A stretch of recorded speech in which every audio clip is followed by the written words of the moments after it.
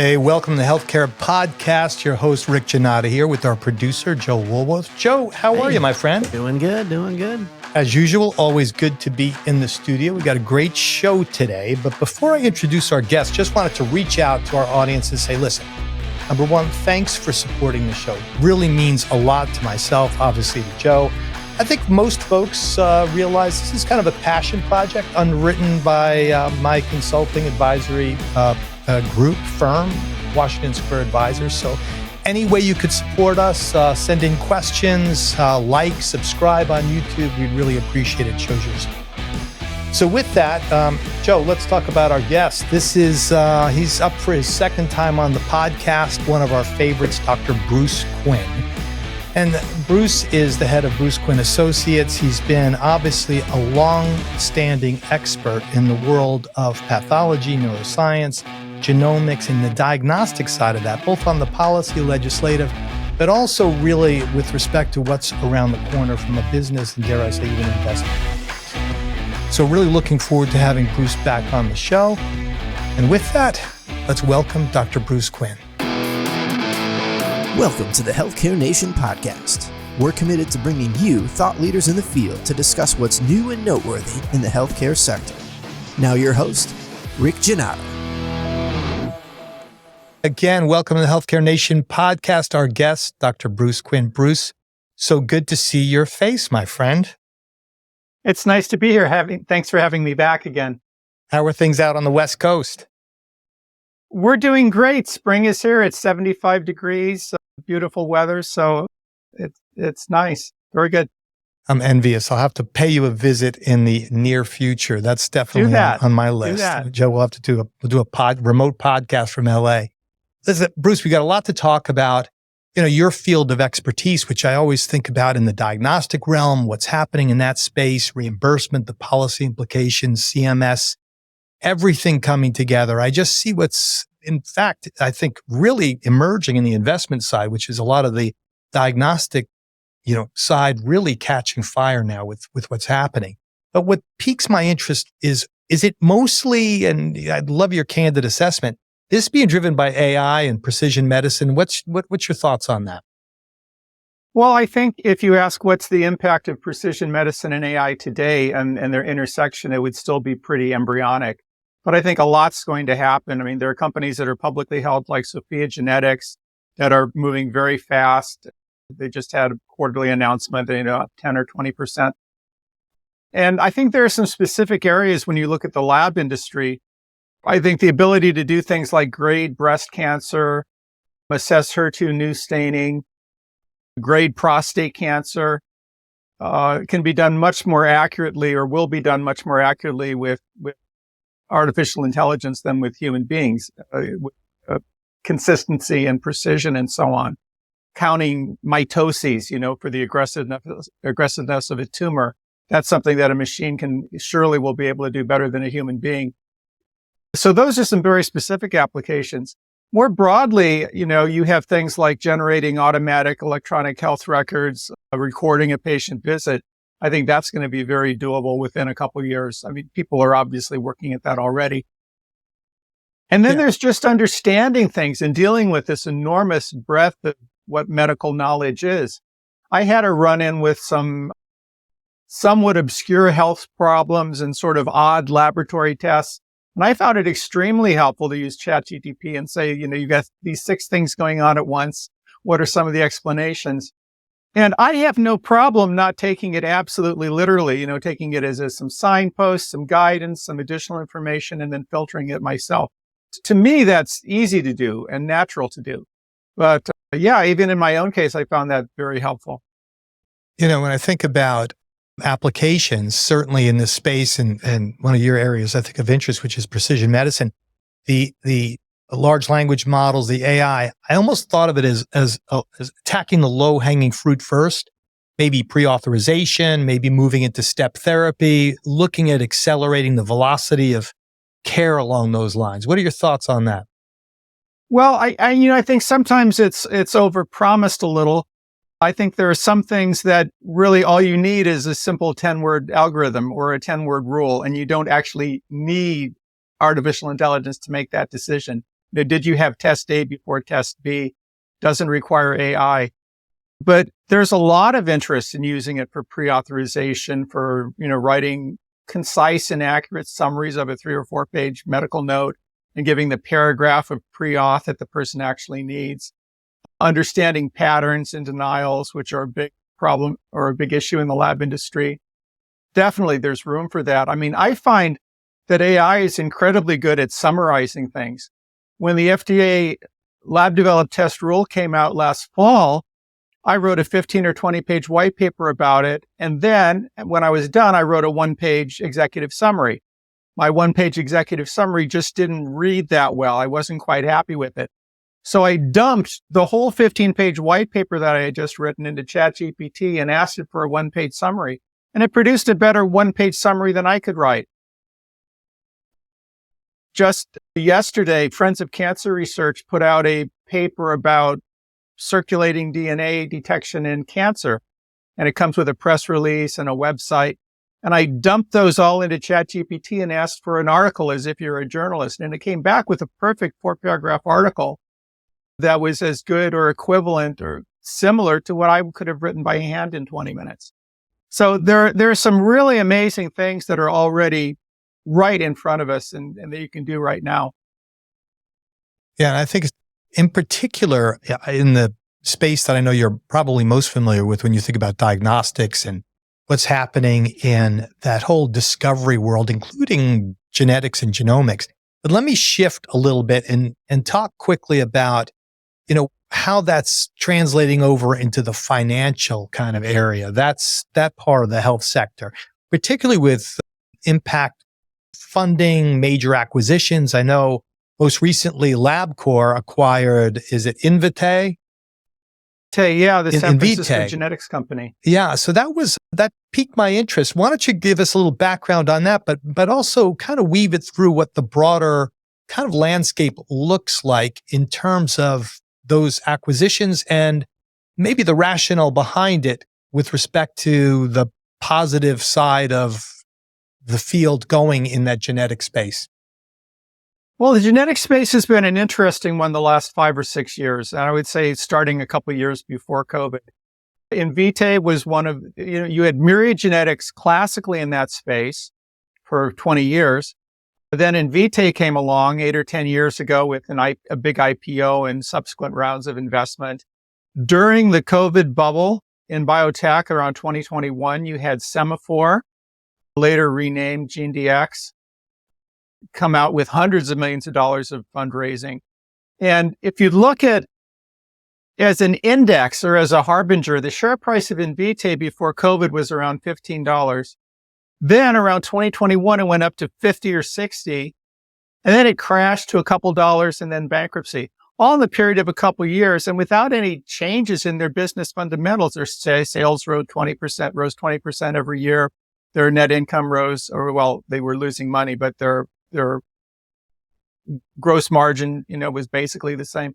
So all of these statistics were basically the same or gradually improving, while their share price, meaning the investor view, went from 15 to 60 to 0 in 24, 36 months. So I think there's a lot of uncertainty in how to value things, which would not be an overly insightful conclusion. Semaphore was worth many hundreds of millions of dollars, crashed by, I think, 80 or 90%. So there's a lot of difficulty in valuing things. And I think that's creating something of a hangover in the market now. I hear clients and other companies I talk to talking about the fundraising environment being a lot harder now than it was 24 months ago, where there was a COVID bubble that had not only to do with diagnostics or vaccines, but it just spread over the whole biotech industry, artificial intelligence and genomics included. But you think the COVID bubble, as you describe it, that really did inflate, bubble-like, a lot of those valuations, right? Absolutely. And it was equally strong or quite strong in companies that had nothing to do with COVID testing. It wasn't just the extra $1 billion or $2 billion in COVID testing. It was companies that do hereditary genetics that had no contact with COVID. Right. Now, Bruce, let me stay on that. Now, when you think about investment trends, particularly in genomics, genetic space, and thinking about this post-COVID world, some of what you just described with perhaps these inflations and valuations that were, directly related to that. What do you think are the, I guess, remaining sides of what are we looking like on the other side of that whole post-COVID world? And how is that impacting innovation? Are you seeing it happening at the same clip, or are these big ideas only the best are getting funded? That's been my premise for a while. It used to be, a couple of years ago, everyone was getting money. Now it's gotten so much more narrow, I think, with respect to the hurdles folks have to really achieve before they get the kind of funding that was maybe easily found during COVID. Your thoughts? Well, I think if we could really define what's best effectively, it would be easier to move forward. But I think there's a lot of uncertainty defining what's best, especially if you're an early investor. People have pilot ideas. They've got some idea what an addressable market is. They've got pilot data on how their test will perform. But until you're a few years downstream and actually know how the test performs in large populations, you don't know how good it's going to be. And of course, the same thing happens in drugs. A lot of 90% of drugs fail between phase 1, phase 2, phase 3. But people understand that in the biotech industry, and they know that there's an 80 or 90% chance of something going wrong, over several years of drug development. But the same logic is really in diagnostics too, because you usually don't know early on how well the test will perform. Right. How about what are the trends looking like now in the retail space of diagnostics and at home? Oh, that would be a great area. I mean, people have been trying to do more at-home diagnostics, more point of care or point of care diagnostics for years. It's not something people came up with 2 or 3 years ago with companies like Q and others. It goes back 20, 30 years. I recall there was an expert on point of care diagnostics at Mass General who was very prolific 20, 30 years ago, talking about the promise. And it's always been a promise, like home testing, that's been largely out of reach. I have not really seen it moving faster in the last year or two, that in a tangible way, that in terms of accomplishments that I see. I know there's great deal of interest. There's all the NIH investments that went into diagnostics of different kinds. But I think you also have to address exactly what is the unmet need. Does someone with stage 3 kidney disease need a home kidney disease test every week? Bruce, the consumer side of things has interested me for a while. I look at companies like Hims and Hers and Roman and what they're doing online. And so much, I think that it's not telemedicine, it's more because it's asynchronous, but I'm waiting for there to be a diagnostic component of that really catches on, where it's not necessarily point of care at home. I want to test, I do it on my own, but really it's tied to something or some platform that's out there that I subscribe to. Are you seeing any movement in that space? Well, and that's interesting. You mentioned Him and Hers. I think some of those companies like that and with drug prescriptions are really moving into a space that had been left vacant. So it's a natural market for them to move into. But again, I would say, how often do people need how many tests? Do people need a weekly CBC or a weekly thyroid hormone or a weekly kidney test? I think you have to have a fundamental unmet need that would really be improved by that point of care test, and not just the theory of point of care testing or the concept of point of care testing. Right. Let me depart from, let's say, the simple stuff and go to the more complex. When you look at the interventional side, say CRISPR technology, what's your thoughts in that space, gene editing, and some of the advancements that we've seen and the implications for that moving forward? Well, I don't pitch myself as an expert in CRISPR biotechnology in terms of, personalized medicine therapy development, but it's for some of these, we can circle back to diagnostic tests. I think they're entering areas where we really need better diagnostic tests. The antibody drug conjugates, which are a very fast moving area. There was an excellent review in Nature Drug Discovery a couple of weeks ago. It's not just Herceptin plus a tag anymore, right? There are a lot of drugs coming out that are drug conjugates and many more in the pipeline. And there's very little in the way of diagnostic tests that will help address those. And I've talked to some startups in that space. I think that area is inviting better use of diagnostics for sure. I can't help but think when, you have access, where our conversation started with ChatGPT and advanced language models, and you have that level of feedback that I think is better than directional.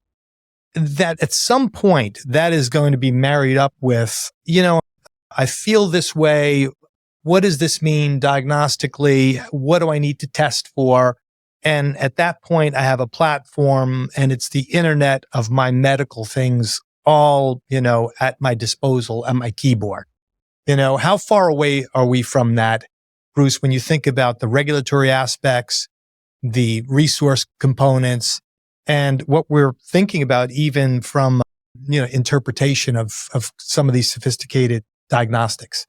Yeah, I would call it the longitudinal view of the individual. And I think we're probably ready to do demonstration implementations of that today. So just like you can have a ChatGPT that's honed down to your company and your company's records, that's private. You could have a ChatGPT or the equivalent that's honed down to your medical records and your history and what you've had, and be able to, project forward from that.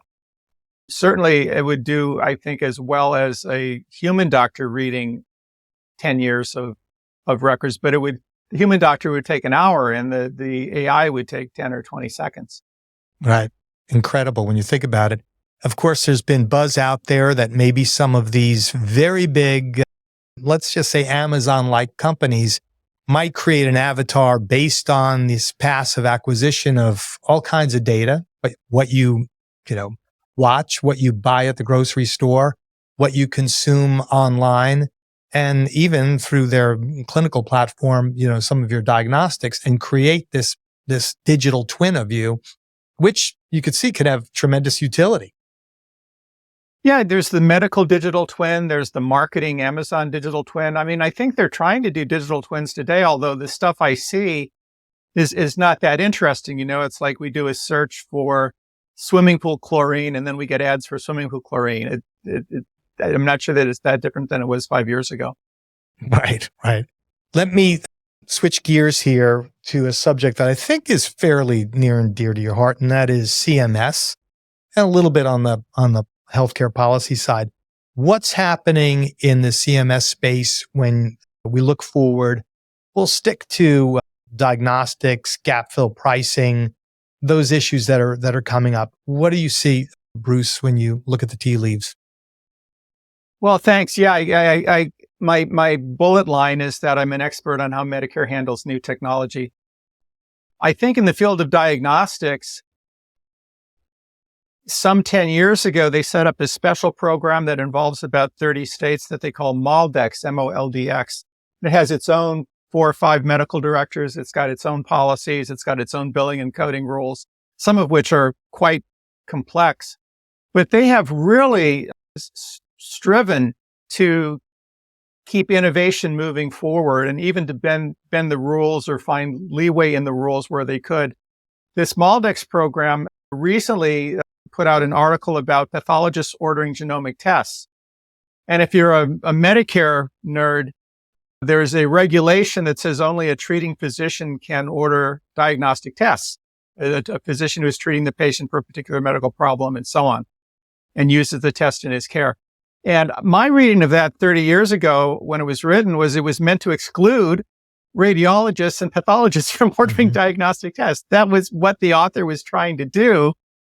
But he didn't do it by saying pathologists can't order tests. He did it by saying you have to have all these criteria to order a diagnostic test. And MOLDX went back and read those rules with an eye to letting pathologists order some genomic tests and concluded they could. So it's almost like when the Supreme Court goes back and reads some century-old law and it reads something new in it, it takes it in a new direction. MOLDX has taken this 30 or 40-year-old regulation, which I would call against pathologists ordering diagnostic tests, and flipped it around 180 degrees and published an article on that. Well, that would have enormous value for things like lung cancer, where you really want to have genomics early. You're not dependent on which surgeon ordered the biopsy or which oncologist in 2 or 3 weeks is going to take on the patient. You really want them to come with the diagnosis of the cancer, whether the lymph nodes are positive and what genes it's expressing. And that's where MALDX is going. They've also been very flexible about minimal residual disease detection, which could shape the way we give adjuvant chemotherapy and protect a lot of people from excessive adjuvant chemotherapy. So I think in some of these ways in coverage, they've been very forward-looking. Yeah. Now, If you Bruce, go to the, let go me ahead. ask one question, a follow up on that. Are they specifically focused on one area when you look at it from I guess specialty perspective? Oh yeah, sure. Their mandate is genomics, so it could be anything that touches genomics. But by default, it's maybe 95% cancer. There are a few other very active areas, like using DNA detection for transplant rejection. Mm-hmm. That's something Natera is in, CareDx is in. MALDX has been very active in that area, but some work in infectious disease. But if you just pick diseases like pancreatic, like diabetes or something, or arthritis, there wouldn't be anything going on. Yeah, and I don't want to be too critical of CMS, particularly when they're doing a good thing like this. But if you were to gauge the pace of innovation through the MALDX program versus what's happening, let's just say, in the venture space with respect to the health sector, how are they tracking? Well, yeah, I can address that with data. They have a public database of all their articles and all their policy. Huge proportion of them are in cancer, as we mentioned, but also the frequency with which they open a truly new area of coverage in a new disease with a new paradigm, with a new form of genomics. That's extremely rare. I don't know if once or twice a year or less. So there's a lot for tumor panels. There's a lot now for minimal residual disease, meaning circulating DNA. But just some brand new area very rarely shows up. You can scan them month by month by month, and there are new policies, and there are very few brand new policies. So if you were a startup in the space that was looking at diagnostics, let's just say with a genetic twist to it, it would probably, behoove you to get involved with MALDX, look at their data, to line up and get further faster, for lack of a better term, with respect to, crosswalking and reconciling how you're tracking and its potential returns? In some ways, the bottom line is the same thing that you heard 30 years ago. When I started working in medtech consulting and health policy and working at CMS in the early 2000s, there was a cliche that if you're making a medical device, you want to be sure to fit an existing code and not interfere too much with the physician's practice pattern, right? I mean, we heard that 30, 40 years ago. And that's exactly what I just described 90 seconds ago on your podcast. Mm-hmm. If you fit under an existing LCD, an existing coverage policy in one of these major areas like tumor gene panels, you have pretty clear sailing. If you do something that's totally out of the box and you're striking across the ocean to a new island, then it's much, much harder to get traction. And there's a lot more suspicion as to whether your thing will actually work and in fact actually affect healthcare and actually improve outcomes. Let me hone down clinically on what's happening in the neuro Alzheimer's space. Both in the diagnostic side, there's a lot that's out there right now. Recent, I think, certainly articles that I've read on some of the specificity that's coming through. What are your thoughts on that, Bruce? Well, I'd take two entry points there. One is the thing CMS, starting under the Trump administration and now under the Biden administration, has been really trying to improve the integration of chronic care. That's a big task. It's like saying you want to improve education in the United States or improve transportation in the United States. It's a huge task. But they're really trying to improve chronic care. And they did that first probably within something called oncology care model, where they're trying to give some extra money to integrate oncology care. Not terribly successful. Nonetheless, they have now expanded that to chronic diseases in general. There are special programs for chronic disease management, especially from the perspective of primary care. And there are some special programs like GUIDE, Guide, where IDE stands for Improving the Dementia Experience. And it's providing some funding for respite care, for caregiver training, for other kinds of reimbursement. And it's just launching now. So it's a new program. It plans to be an 8-year program. But 20 years ago or 10 years ago, we would have said that Medicare is horrifyingly fragmented from the perspective of fee-for-service Medicare and integration for chronic disease. It was a dumpster fire. But now they're really trying to affect that. Interestingly, as we have over half of the Medicare patients in Medicare Advantage plans, this program GUIDE, which is so exciting, is only for the fee-for-service 40 or 50% of patients. And there's nothing equivalent on the Medicare Advantage side. That doesn't seem to make sense at all if I'm trying to manage the clinical trajectory of a patient, say, who has dementia. Absolutely. It does seem kind of illogical. And then in the area of diagnostic tests, back when I was an Alzheimer's disease researcher in New York in the 90s, every 6 months, somebody would talk about a new, highly accurate Alzheimer's test, blood test or CSF test. And none of them from the 90s to the 2000s to 2024 ever took off until I think now. And we now have technology and monoclonals and precision that will let us measure tau, especially phosphorylated tau isotopes in the serum, and with 80, 90% accuracy for diagnosing Alzheimer's disease. And that's right now at the level of coming out as favorable editorials and pivotal papers of the accuracy in hundreds of patients. That should be moving into coding and coverage and reimbursement over the next 6, 12, 18 months. And it's important too in the perspective of the antibody amyloid drugs and giving them more accurately. Bruce, how does that crosswalk to the genetic side of things and the specific genes?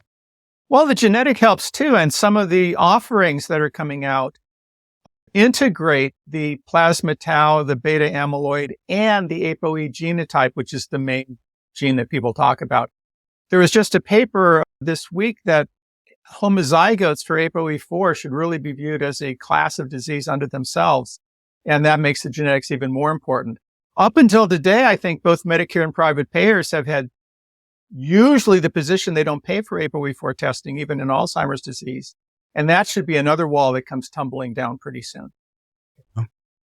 Bruce, this is a tough question. I'm sure you're not asked it enough, but what are we not getting reimbursed? What would we order more if we were getting sufficient reimbursement for it as clinical providers? Well, I think there's definitely some room for improvement in the area of pharmacogenetics. Pharmacogenetics has suffered from, I think, hype for 20 or 30 years, but there are clearly areas where it's useful. The field suffered, and I've seen this in other areas. Someone will say there's a $500 billion of adverse drug events, therefore due pharmacogenetics. And that's not convincing to anybody who's a decision maker. But that would be an area that I think would definitely be useful. Management of prostate cancer with either a more sophisticated serum tests or more sophisticated genomic tests is starting to be a huge advance. There is just a paper, I think, in JAMA or New England Journal about using a 4-protein test instead of just PSA and what the improvements would be if that was rolled out widely. So I think we've got some major areas, diagnosing early kidney disease, managing prostate cancer better, where you've got that range of aggressiveness that's important to get a handle on. Pharmacogenetics, as I mentioned. Those are some of the first things that come to mind. Yeah, and on the prostate cancer example, how far off are we? How long would it take before that becomes practice? First, is it proven? Is it efficacious? Does it make sense within my diagnostic milieu to order it? Do I understand it if I'm a urologist? How far off are we in terms of years before that becoming reality? Because the assumption here, and by the way, these are all highly loaded questions. The assumption here is, hey, you're going to be more specific with surgery. You're going to be much more precise with when someone needs surgery and also knowing when they don't.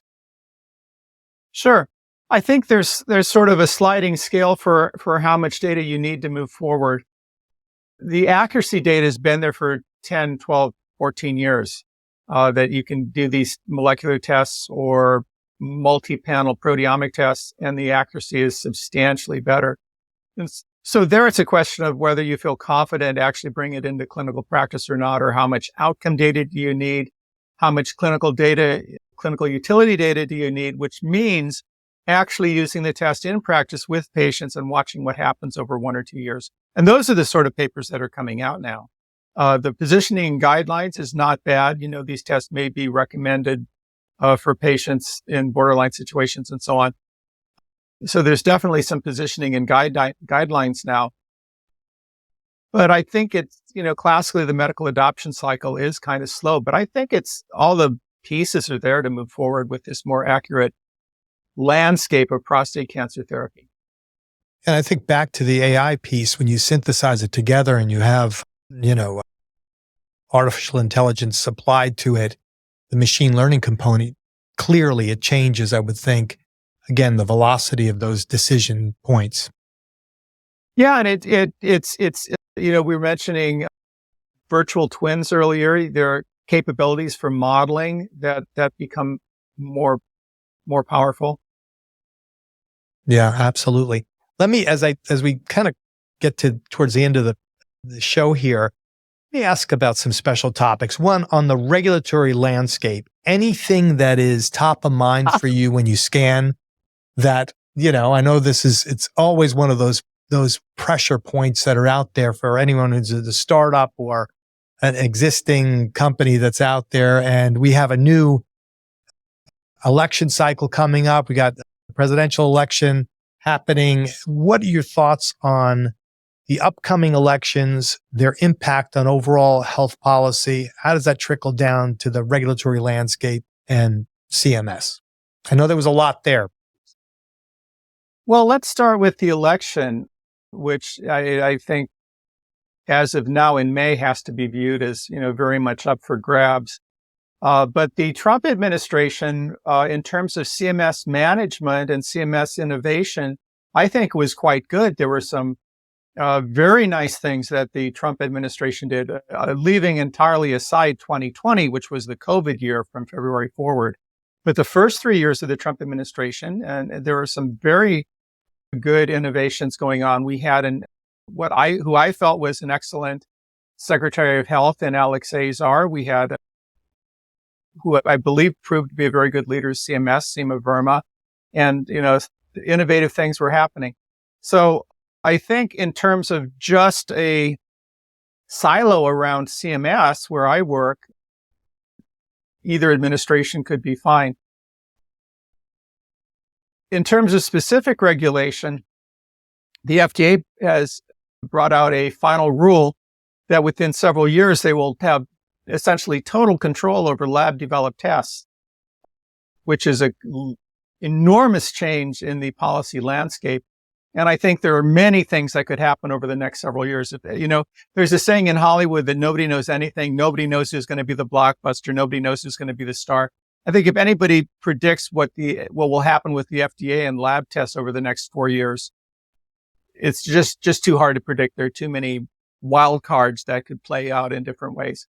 But what they proposed is that all locally developed, laboratory developed tests will have to have either 510K or PMA approval within just several years. And they originally proposed that would cost $40 billion over a few years. But they're now grandfathering existing tests, and that dropped the cost by about 90% to a few $1 billion over the next 4 years. But it's unclear where you get all the regulatory professionals to do that. It's unclear where FDA would hire hundreds of new staff with regulatory expertise in diagnostics. There are a lot of, I think, missing pieces right now. Plus, there'll probably be legal challenges, and those could tie the whole thing up in court for several years. But it certainly is one of the things that investors are thinking about now. Yeah, that was my follow-up. How does that, impact, influence, blunt the investor community where, at least for me, I've been very bullish on the diagnostic space because I think there's so much innovation. A lot of that innovation is coming from the private sector. Yeah, for sure. The fundamental innovation in diagnostics doesn't come from NIH as it might in some other areas.